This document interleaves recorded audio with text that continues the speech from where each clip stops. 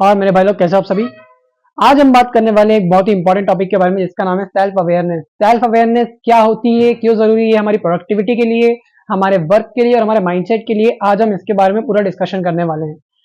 Self awareness कब आती है इंसान के अंदर, ये समझने की कोशिश करो। जब भी हम किसी पर्टिकुलर टारगेट, किसी पर्टिकुलर गोल, किसी पर्टिकुलर एम या फिर एग्जामिनेशन के लिए खुद को प्रिपेयर करते हैं तो उसके पहले हमें अपने माइंड को प्रिपेयर करना बहुत ज्यादा जरूरी है।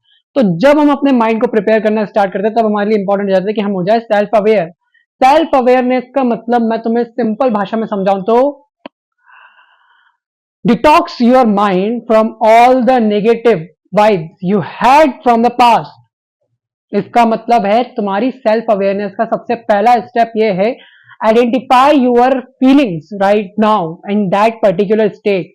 क्या आप अपने एम्बिशन या अपने एग्जाम या अपने किसी भी टारगेट जो आप अचीव करना चाहते हो उसके लिए अपने माइंड को प्रिपेयर कर चुके हो, या अभी आपको शुरुआत कर रही है अपने उन फीलिंग्स को हटाने की जो निगेटिवली आपको रोक रही हैं, आपके माइंड को एक डिस्ट्रक्टिव टेंडेंसी के लिए ऊपर लेके जा रही हैं, या फिर आपके लिए एक जंजीर का काम कर रही है कुल मिलाकर के। तो सबसे पहले हम फिगर आउट करते हैं घोस्ट।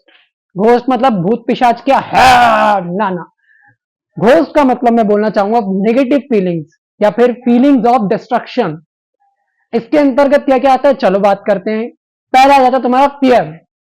फियर मतलब फियर फ्रॉम पीपल, लोग क्या कहेंगे, या फिर फियर फ्रॉम फेलियर, अगर फेल हो गए तो क्या होगा। Fear from every kind of negative thing जो आप अपने दिमाग में सोच सकते हो। सोचो सोचो सोचो सोचो सोचो, और सोचने के बाद जब आप समझ जाओगे कि फियर एक घोस्ट है आपके लिए, इसको हम आगे चल करके ओवरकम करने की ट्राई करेंगे। सेकंड घोस्ट जो आपका है वो है डाउट। डाउट मतलब पास्ट में आपने कुछ करने का ट्राई करा, मैं जैसे समझ सकता हूं आपने पास्ट में कुछ करने का ट्राई करा, कोई एग्जामिनेशन क्लियर करने का ट्राई करा, नहीं हुआ आपसे। कोई भी चीज, कोई भी रीजन हो सकता है आप थोड़ा इनडिसिप्लिन रहे, या फिर हो सकता है आपने इतनी प्रैक्टिस ना करी हो उन चीजों के लिए तो आप फेल हो गए उसमें। बट आपने उस चीज को इतना ज्यादा पर्सनली ले लिया कि आप अपनी एबिलिटीज पर शक करने लग गए कि आप कुछ भी नहीं कर सकते हो। आपके अंदर ऐसा डाउट बैठा हुआ है कहीं ना कहीं आपके मन के भीतर एक कोने में। तो उस डाउट का एक घोस्ट ये हो गया हमारा। तीसरा घोस्ट हमारा हो सकता है fear of criticism from others. ये लोग हमें क्रिटिसाइज करना स्टार्ट कर रहे हैं या लोगों की बातों से अब बोल रहे हो, मुझे फर्क नहीं पड़ता है, बट तुम्हारे माइंड में वो चीज बैठ रही है। तो क्रिटिसिज्म भी एक तरीके का घोस्ट हो सकते हैं आपका। चौथा घोस्ट आपका क्या होगा, जेलसी।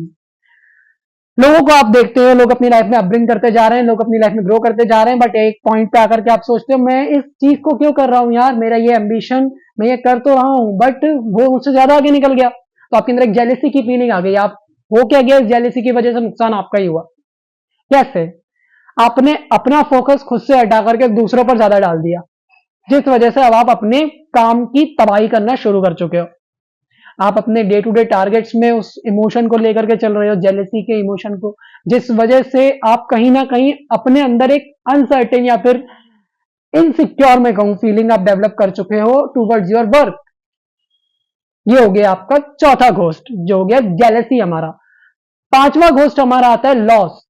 लॉस मतलब कि हो सकता है कि हमसे कुछ लोग दूर हो जाएं, या फिर हो सकता है कि हमारे कुछ दोस्त हमसे दूर हो जाए। तो इस चीज का फियर आपको रह रहा है कि अगर हमने अपने काम को ज्यादा डिवोशन दिया या अपने टाइम को ज्यादा डिवोशन दिया तो कहीं हमारे दोस्त हमसे चिन ना जाए।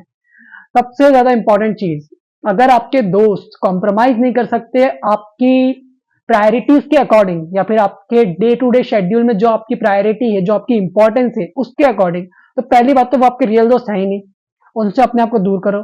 और दूसरी बात, जो रियल दोस्त होंगे वो जरूर इस चीज पर कॉम्प्रोमाइज करेंगे और उल्टा वो आपको सपोर्ट भी करेंगे उस चीज के लिए। तो ये लॉस वाला फैक्टर तो मैं बोलूंगा इतना ज्यादा लगता नहीं है। सिक्स्थ जो हमारा फैक्टर है वो है एंगर। कोई इंसान शॉर्ट टेम्पर है, टेम्परमेंट का बहुत बड़ा रोल होता है। तुम बोलते हो कि अरे अरे मैं तो कंट्रोल कर लूंगा गुस्सा, जब तुम टेम्परमेंट में आकर के या गुस्से में आकर के कोई डिसीजन लेते हो तो वो तुम्हारी रीजनिंग के अंदर नहीं जा पाता है, वो तुम पूरा इमोशनली ले रहे हो। तुम्हें गुस्से में कुछ है, तुमने गुस्से में कुछ फैसला कर लिया, चलो चलो चलो ये कर लेते, तुमने करा वो, उसके बाद तुम्हें पछतावा और ऐसा क्यों कर लिया यार ये मैंने, इससे बेहतर तो मैं पहले था। एंगर मैनेजमेंट जिन लोगों को इश्यूज होते हैं वो मैं चाहता हूं कि वो उसके ऊपर वर्क करें ताकि अपने इमोशंस को तुम कंट्रोल में करके डिसीजन लो अपनी रीजनिंग से। ये हो गए हमारे 5 घोस्ट। अब आता है सेल्फ अवेयरनेस का फैक्टर जो इन घोस्ट को कन्वर्ट करेगा एंजल से। एंजल से मेरा मतलब क्या, सुनहरी परियां? बिल्कुल नहीं, ना ना ना ना ना। एंजल से मेरा मतलब है पॉजिटिव इमोशंस या फिर पॉजिटिव फीलिंग्स जो आपके माइंडसेट को प्रोडक्टिव बनाएंगी। क्या होती है वो पॉजिटिव फीलिंग्स? पहला आपका करेज। आपने जब अपना एम्बिशन डिसाइड करा तो ऑब्वियस सी बात है, आप लोगों को लगा होगा कि शुरू में कि यार ये तो बहुत ही डरावना सा है, या फिर आपको देख करके वो चीज लगी होगी। बट आप एक चीज समझने की कोशिश करो, ये आपके माइंड का खेल है, क्योंकि आपका माइंड उस तरह से कंडीशन नहीं है कि वो इतना ज्यादा वर्क पोटेन कर पाए या उतनी मेहनत वो कर पाए उस एम के लिए। ठीक है, तो आपको अपने अंदर करेज जुटाना है पहले। ये आपका पहला एंजल हो गया। पॉजिटिव फीलिंग्स को मैं एंजल का नाम दे रहा हूं, ठीक है। तो ये आपका पहला एंजल हो गया। दूसरा एंजल आपका inspiration.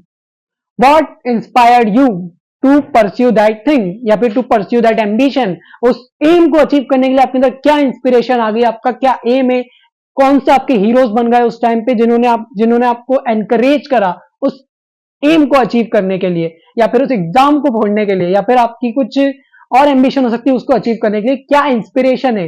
What is your inspiration behind it. Second angel हो गया आपका ये। थर्ड एंजल आपका हो सकता है एंथुसियाज्म। अगर आप 18 से 24 के हो तो एंथुसियाज्म भर भर के होगा। अपना एंथुसियाज्म आड़े लाओ और बोलो कि अगर मैं पास्ट में कुछ चैलेंजेस मैंने अगर ओवरकम करे तो मैं आने वाले इन चैलेंजेस को भी ओवरकम कर लूंगा। ये हो गया आपका थर्ड एंजल। फोर्थ एंजल आपका आ जाएगा love. Love for your parents, love for your loved ones, जिनसे भी आप प्यार करते हो उसको अपने अंदर पॉजिटिवली इमोट करने की कोशिश करो, और ये आपका चौथा एंजल बन करके आ जाएगा। पांचवा एंजल आपका हो सकता है होप।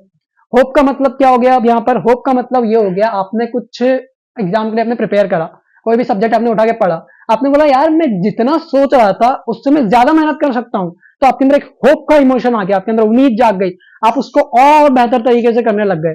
तो ये आपका हो गया पांचवा एंजल।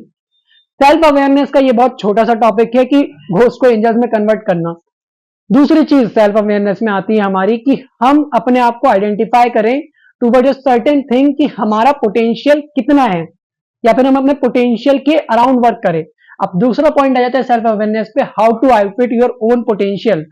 पोटेंशियल को आउटविट करने के लिए बहुत सारी चीजें लग जाती है। पहला आपका अवॉइड द डिस्ट्रैक्शन। सबसे पहली चीज जो तुम्हें ये करनी है वो करनी है अवॉइड योर डिस्ट्रैक्शन।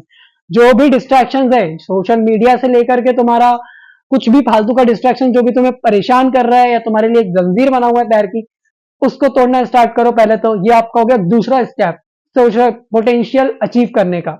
ठीक है, सेल्फ अवेयरनेस के ऊपर मैं एक और वीडियो लाने वाला हूं, तो आप बने रहिए मेरे साथ। ठीक है, चलो।